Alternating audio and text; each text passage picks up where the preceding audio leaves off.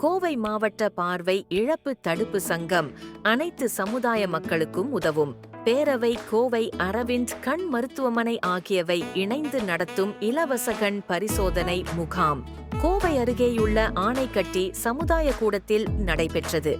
முகாமில் கண்புரை நோய், நீர் அழுத்த நோய், மாலைக்கண் நோய், மாறுகண், சீழ்நீர் வடிதல், தூரப்பார்வை ஆகியவற்றுக்கான பரிசோதனைகள் இலவசமாக நடைபெற்றது. அனைத்து சமுதாய மக்களுக்கும் உதவும் பேரவை நிறுவன தலைவரும் வழக்கறிஞரும் சமூக ஆர்வலருமான வி. புஷ்பானந்தம் அவர்களின் தலைமையில் நடைபெற்றது.